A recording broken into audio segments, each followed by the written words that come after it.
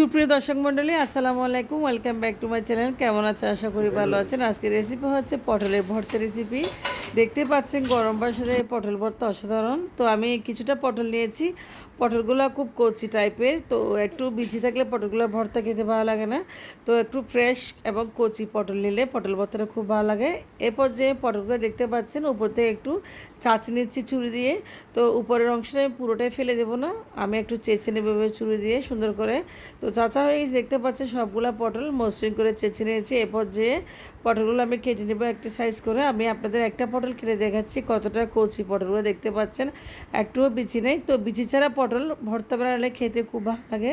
তো যদি বিচি থেকে আপনারা বিচিগুলো ফেলে দিবেন, বিচি ফেলে দিলে আসলে পটল ভর্তাটা খেতে খুবই ভালো লাগে।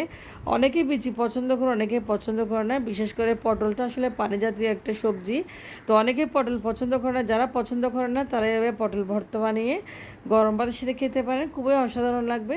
দেখতে পাচ্ছেন আমি একটা পটল নিয়েছি, এই পটলে বিচি রয়েছে, সেজন্য আমি ছুরি দিয়ে পটলের বিচিটা এক সাইড করে ফেলে দিয়েছি। তো এভাবে সবগুলো পটল আমি কুচি কুচি করে কেটে নিয়েছি এবং চুলায় একটা প্যান বসিয়ে সামান্য হলুদ এবং লবণ দিয়ে পটলগুলো আমি এখন সিদ্ধ করে নেব। দেখতে পাচ্ছেন তো আমি 10 মিনিট মতো করে সিদ্ধ করে নেব। পটলগুলো 10 মিনিট রান্না করলে হয়ে যাবে। এরপর যে ঢাকনা দিয়েছি, দেখতে পাচ্ছেন ঢাকনা দিলে তাড়াতাড়ি একটু সিদ্ধ হয়ে যায়। তো পটলগুলো পানি না টানা পর্যন্ত আমি ভেজে নেব। দেখতে পাচ্ছেন পটলগুলো পানি টানা হয়ে গেছে এবং সিদ্ধ হয়ে গেছে। এরপর যে আমি একটা ব্লেন্ডার জারে ব্লেন্ড করে নেব। চলে আসছে চুলায়, চুলায় একটা প্যান বসিয়ে সামান্য তেল গরম করে নিয়েছি। এরপর যে দিয়েছি আমি কিছুটা চিংড়ি মাছ। তো আজকে পটল ভর্তা চিংড়ি মাছ দিয়ে করব, খেতে খুবই অসাধারণ। চিংড়ি মাছগুলো আমি তেলের সাথে প্রথমে ভেজে নিচ্ছি। তো ভাজা হয়ে গেছে, দেখতে পাচ্ছেন খুব একটা ভালো গ্রানও আসছে চিংড়ি মাছের। এরপর যে আমি দিয়েছি কিছুটা শুকনা মরিচ। তো শুকনা মরিচগুলো আমি একটু কেটে দিয়েছি যাতে একটু ঝাল হয় ভর্তাটা। এরপর যে শুকনো মরিচগুলো একটু তেলের সাথে ভালোভাবে ভেজে নেব, দেখতে পাচ্ছেন।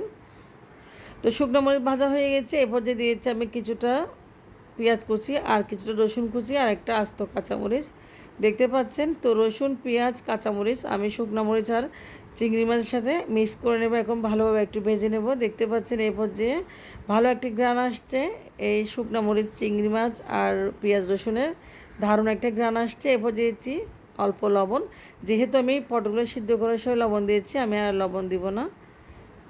তো ভেজে নিয়েছি, দেখতে পাচ্ছেন সবগুলা মশলা, পেঁয়াজ রসুন। এখন আমি এই পর্যায়ে ব্লেন্ড করে নিয়েছি, ব্লেন্ড করে রাখা পটলগুলো আমি উপর থেকে দিচ্ছি, দেখতে পাচ্ছেন পেঁয়াজ রসুনের উপর। তো মিহি করে ব্লেন্ড করে নিয়েছি, দেখতে পাচ্ছেন খুব সুন্দর করে। এরপর যে দিয়েছি উপর থেকে ধনিয়া পাতা। তো ধনিয়া পাতাও ছড়িয়ে ছিটিয়ে দিয়েছি একটা ভালো সুঘ্রাণের জন্য।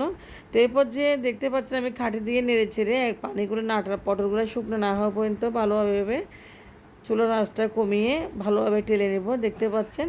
তো এরপর যে ভর্তাটা পাই হয়ে যাচ্ছে, খুব সুন্দর একটা ঘ্রাণ আসছে যেহেতু চিংড়ি মাছ দিয়েছি।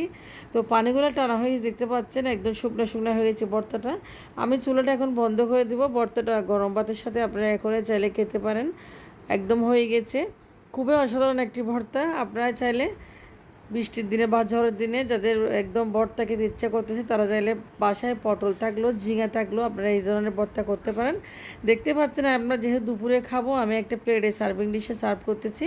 ভর্তাগুলোর কালার অসাধারণ হয়েছে, খুব সুন্দর লাগতেছে। আমি এখন সাদা ভাতের সাথে একটু করে খাবো, দেখতে পাচ্ছেন। তো আপনারা চাইলে ছটপটে পটল ভর্তা বানিয়ে খেয়ে নেবেন।